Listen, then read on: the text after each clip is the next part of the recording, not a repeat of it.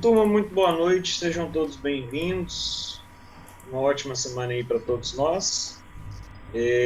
Fiquem à vontade, primeira aula, terceira aula nossa. Lembrando que nesta última aula que eu gravei e deixei à disposição dos senhores, eu trabalhei com vocês a definição do que é o tributo, trazendo lá 5 características que são de extrema importância para a gente no nosso dia a dia.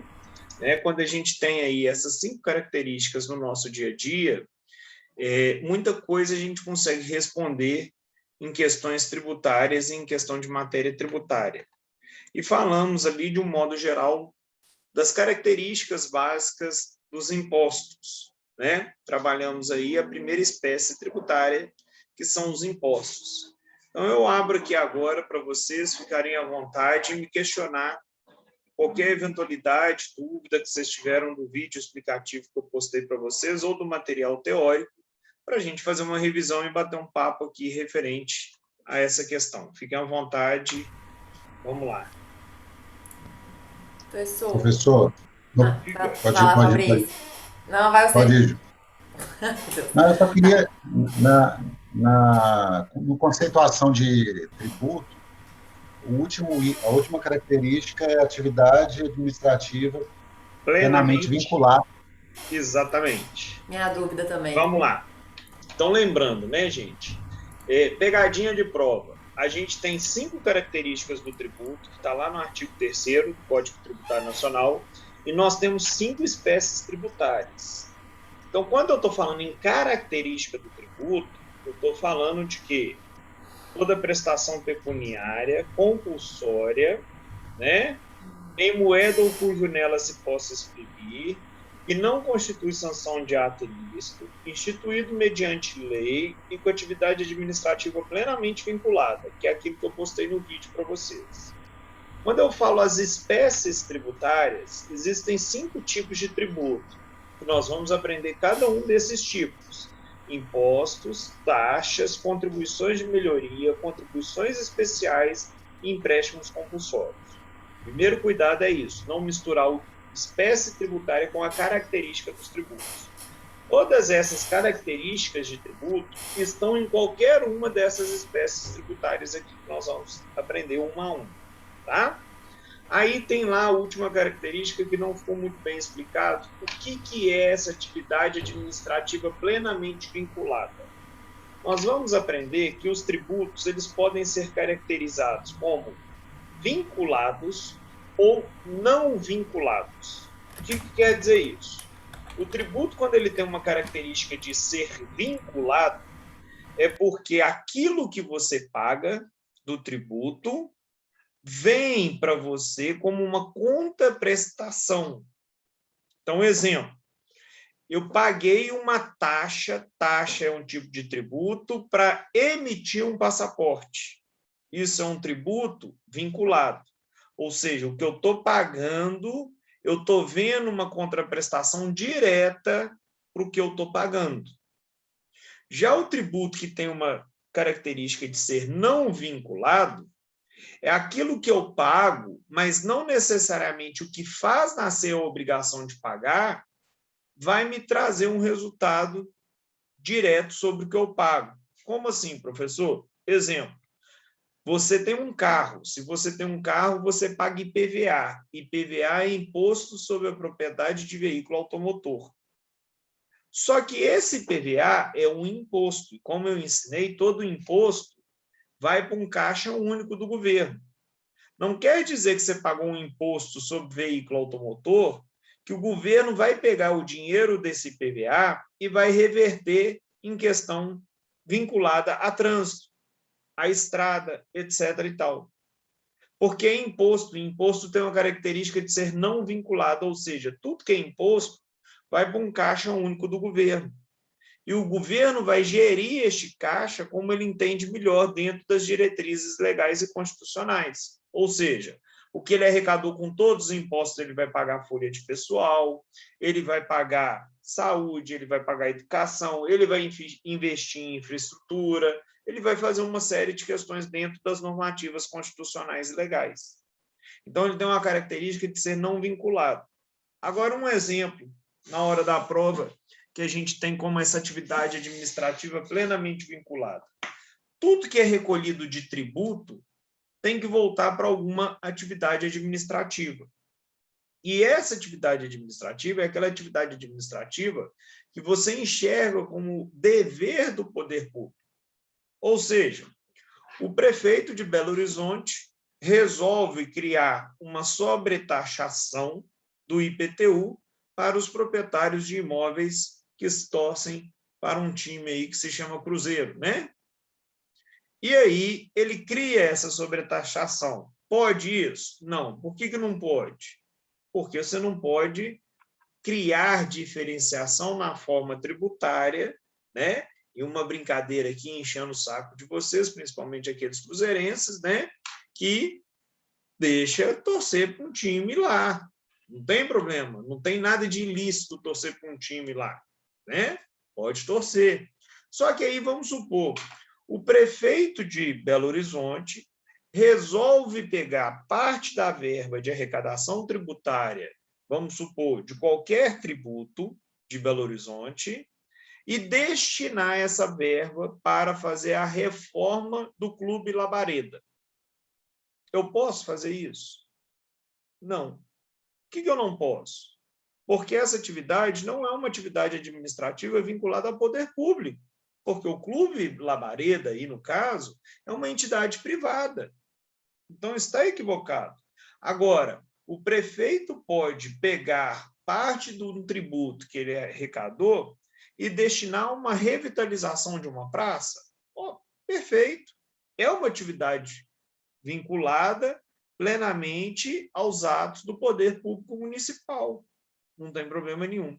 Então, quando eu falo atividade administrativa plenamente vinculada, é aquela atividade administrativa que compete à administração pública zelar por ela, né? Então, é justamente essa característica.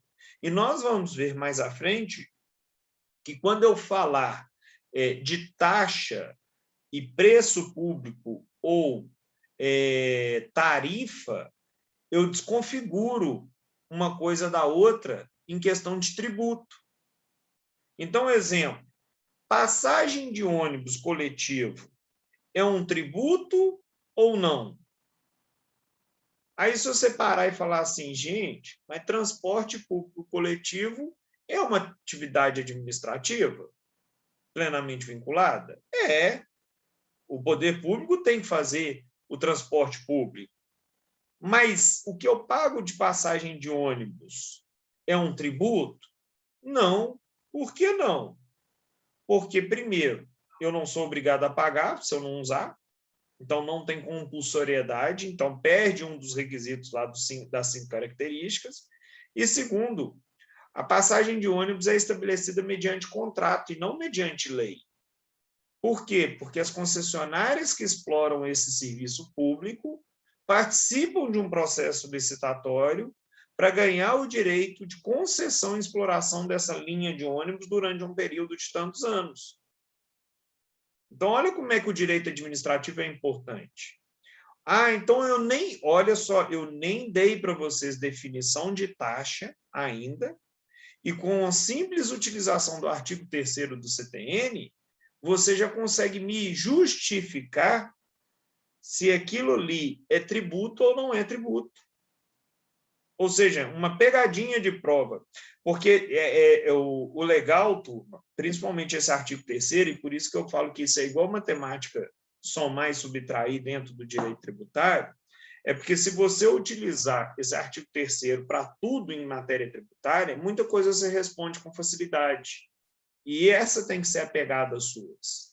Entendeu? Porque ninguém nunca vai perguntar para vocês assim, me defina as características de um tributo. Não. Uma indústria está poluindo o rio e aí a prefeitura foi lá e tributou de forma autuando a indústria porque ela estava poluindo o rio.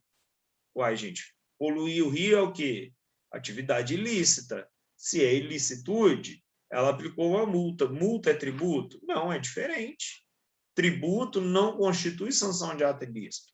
Logo, a prefeitura está errada em querer tributar a empresa por conta disso, porque, no caso, a empresa estava praticando uma ilicitude. e tributo não constitui sanção de ato ilícito, ou seja, a prefeitura agiu de forma errada em querer tributar a empresa porque ela estava praticando um ato ilícito. Então, olha como que a gente consegue, com essas características do artigo 3º, explicar várias questões e até mesmo falar se aquilo ali é tributo ou não é tributo. Tá? Então, quando eu tenho atividade administrativa plenamente vinculada, é a gestão pública utilizando desses recursos arrecadados com tributos para fazer seus deveres e suas funções, sejam eles vinculados ou não vinculados. O vinculado é aquilo que eu pago, eu tenho diretamente para mim, e o não vinculado vai para um caixa único, onde o governo vai fazer a gestão daquele dinheiro da melhor forma possível. Assim vamos imaginar.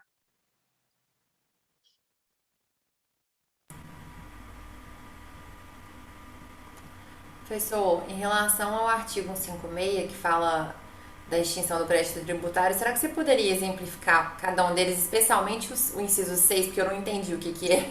Vamos lá. Na verdade. Na verdade, eu volto nele, mas eu acho que é extremamente legal a gente pegar esse artigo 156. Por quê? Primeira coisa, turma, é o seguinte, nós vamos ver no final do semestre as extinções do crédito tributário e a suspensão do crédito tributário. Suspender é você estar discutindo, e extinguir é porque aconteceu alguma coisa que não é mais devido ao crédito tributário.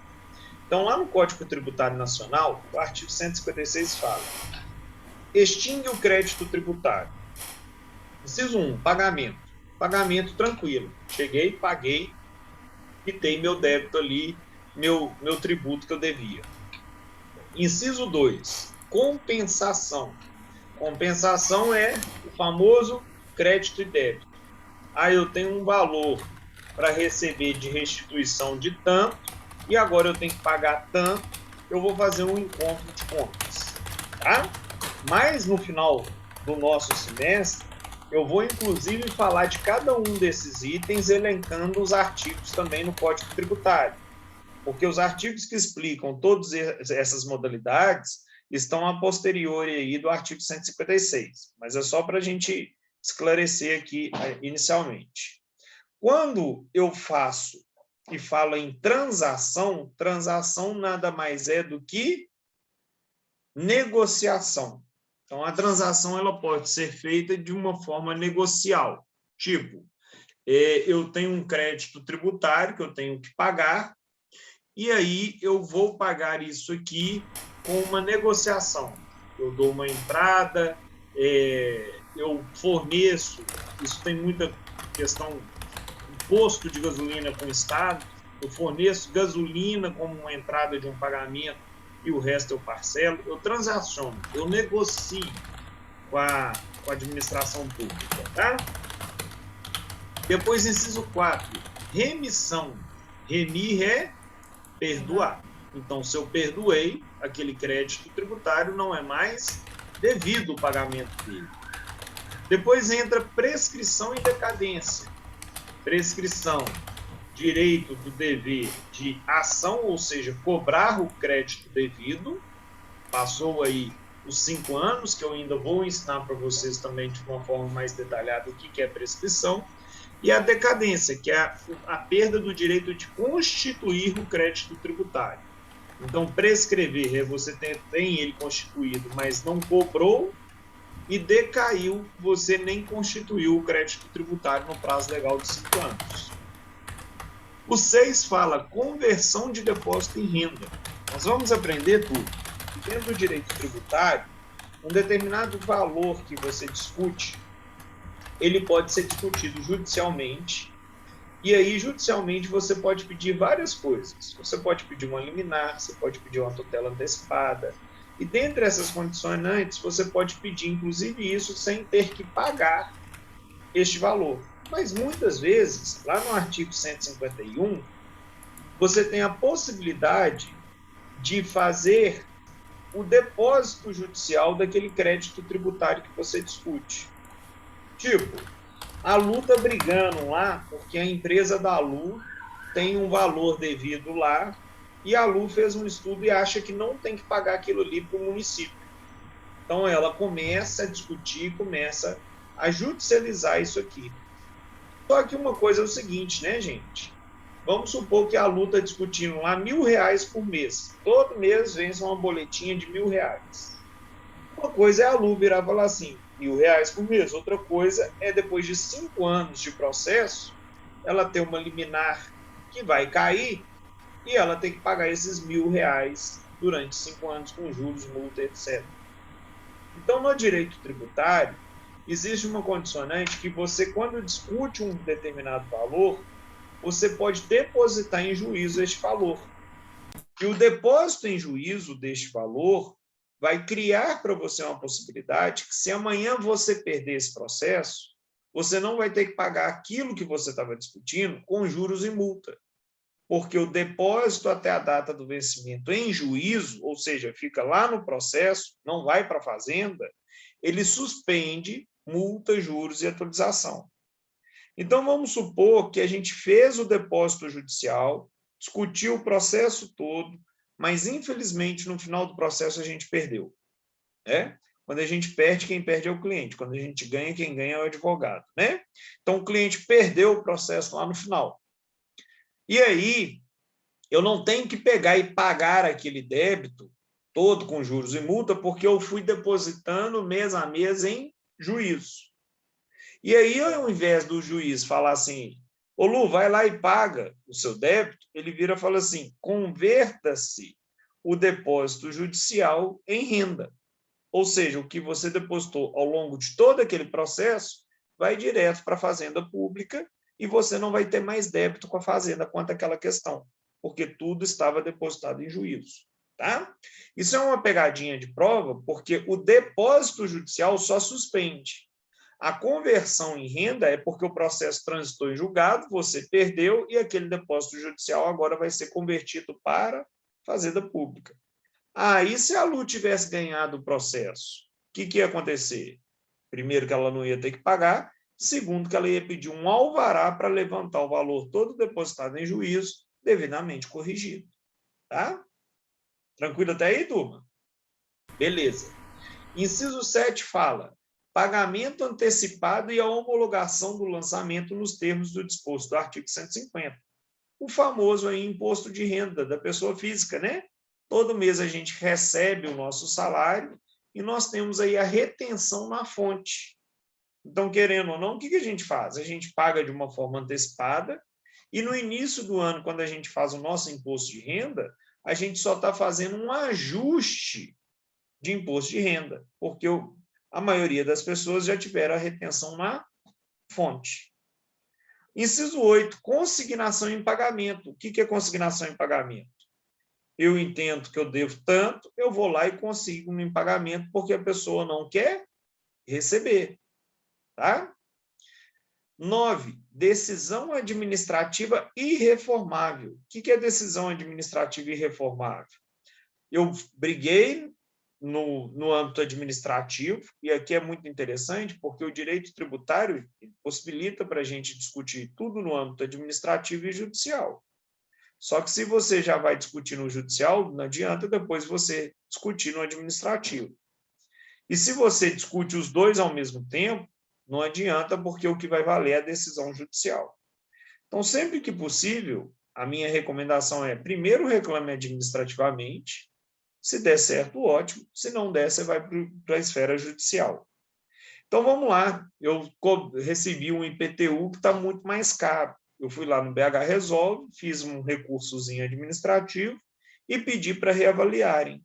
E eles deferiram o meu recurso e falaram, nós calculamos errado. O que é isso? É uma decisão administrativa irreformável. Então, isso vai extinguir aquele valor que estavam me cobrando a mais. Tá? Inciso 10, decisão judicial passada em julgado, ou seja, transitada em julgado. Eu reconheci, tive o reconhecimento que um valor que eles me cobravam estava indevido ou não é legal.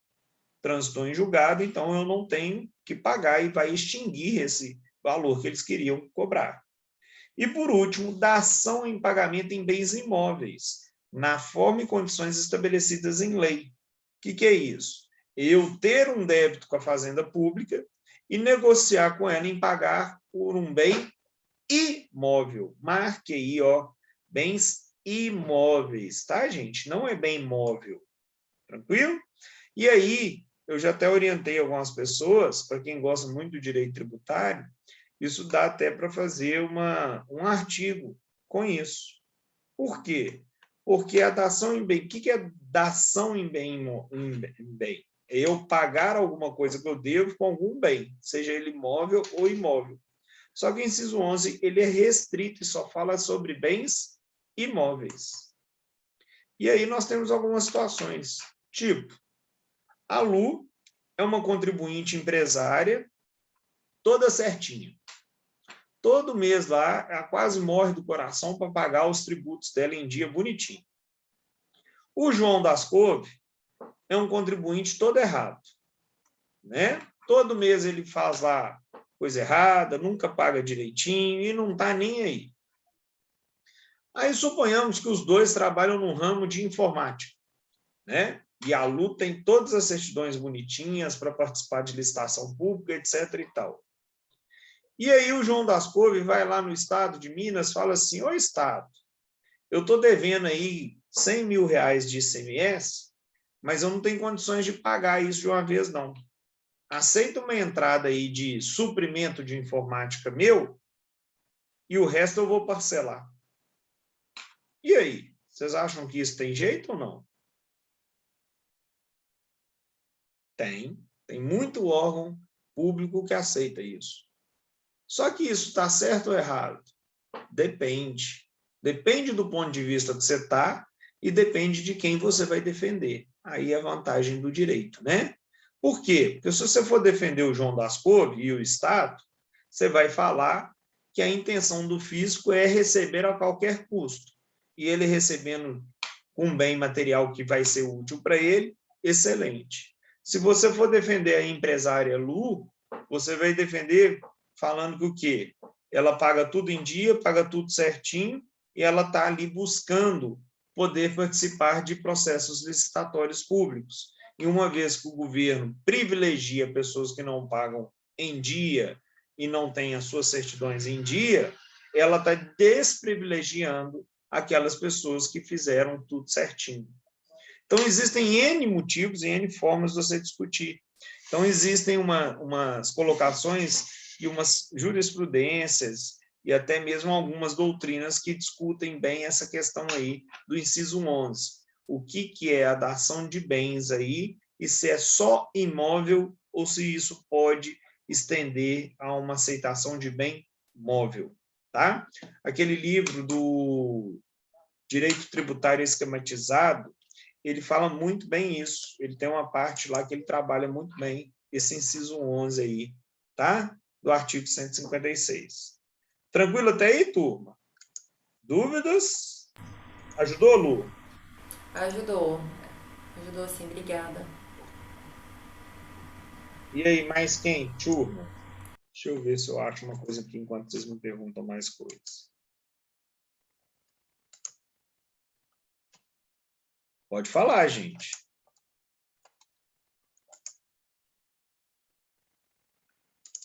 Mas não fala todo mundo junto, não, porque senão não dá para entender, hein?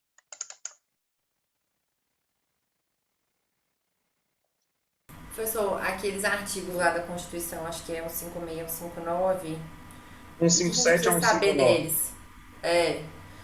Que define as... No próprio material que eu coloquei para vocês, tem lá uma disposição, só ver se eu acho aqui uma coisa. Tem lá uma disposição, turma, da divisão das receitas tributárias. O que aquilo ali interessa, o que aquilo ali tem de importante? Aquilo ali tem de importante para você entender que a gente tem um pacto federativo cooperativo em matéria de repasse financeiro. O que quer dizer isso? Todo imposto que é arrecadado pela União, parte dele a União tem que pegar e distribuir para os estados e parte dele a União tem que distribuir para os municípios. Todo imposto que é arrecadado pelo estado, parte dele ele distribui para os municípios e todo imposto do município fica tão somente na mão do município. Então, exemplo, IPVA. O IPVA é um imposto sobre propriedade de veículo automotor que a gente deve e paga para quem? Para o Estado de Minas Gerais. Só que de tudo que a gente paga do IPVA, 50% fica na mão do Estado e 50% o Estado tem que pagar, pegar e repassar para quem? Para o município que o seu veículo está licenciado. Então, no artigo 157A ou artigo 159, a gente tem essa divisão e explica imposto por imposto dessa divisão.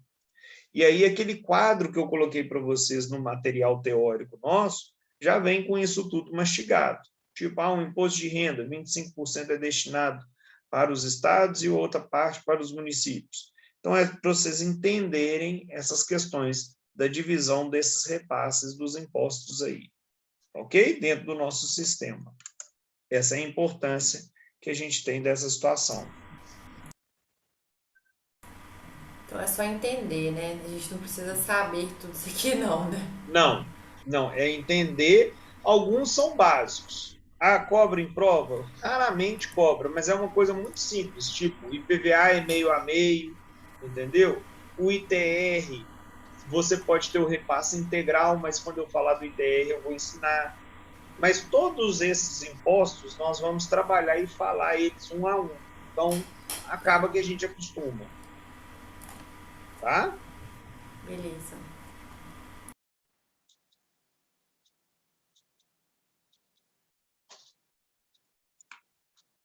E aí, Fabrício, mais alguma dúvida, mais alguma questão?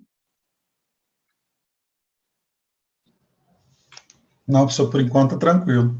Tá. A Ingrid pergunta aqui, somente a União pode estabelecer impostos, certo?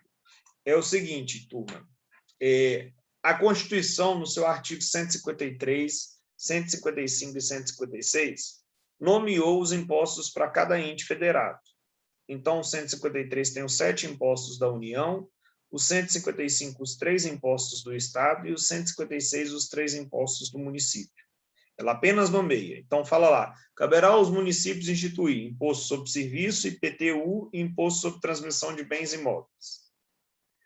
Aí vem uma prova e fala assim, o município de Belo Horizonte, diante a grave crise econômica sofrida por conta da pandemia, entra num estado de calamidade pública, e aí vem aquela chuva do final do ano, destruiu a cidade, e o prefeito de Belo Horizonte precisa fazer um novo tributo aí por conta disso, e aí fala do estado de emergência, e etc. e tal, e por isso o prefeito sanciona e cria o imposto sobre pessoas que ganham mais de tantos mil reais.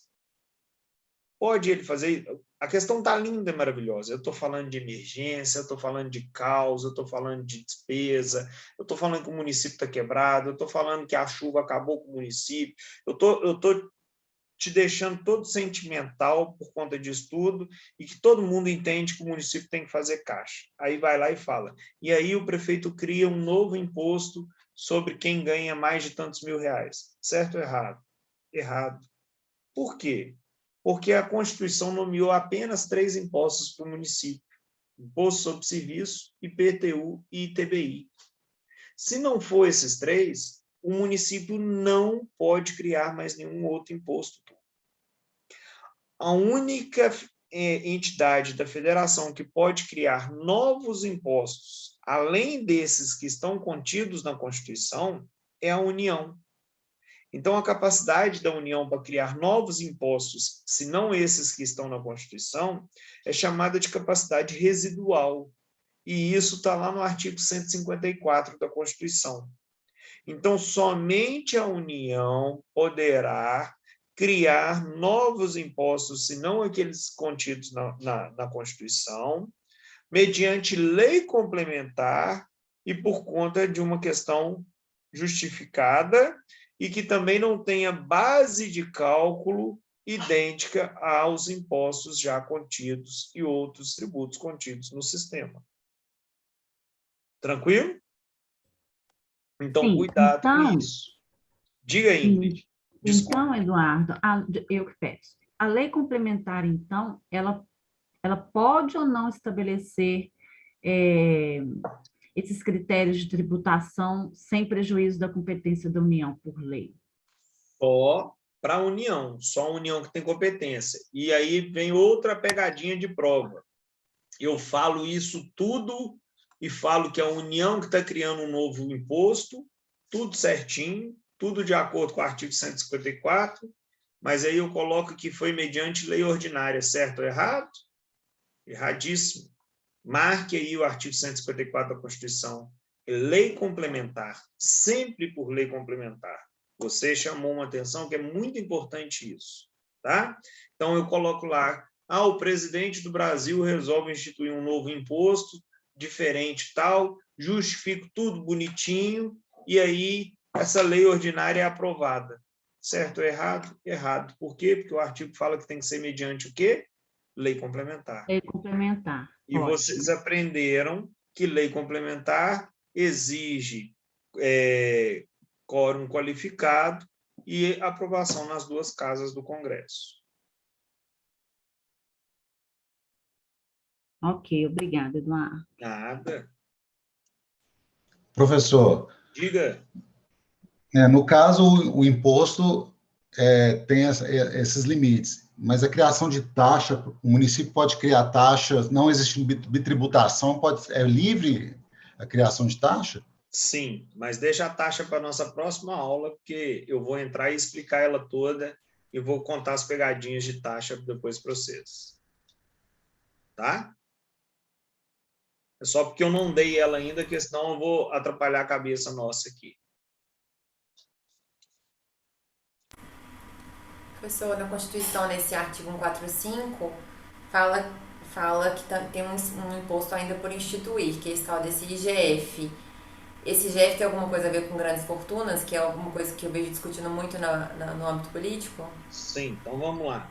Deixa eu fechar essa sala e mandar um link novo, posso? Beleza, beleza. Um minutinho, turma, vou mandar aí para vocês.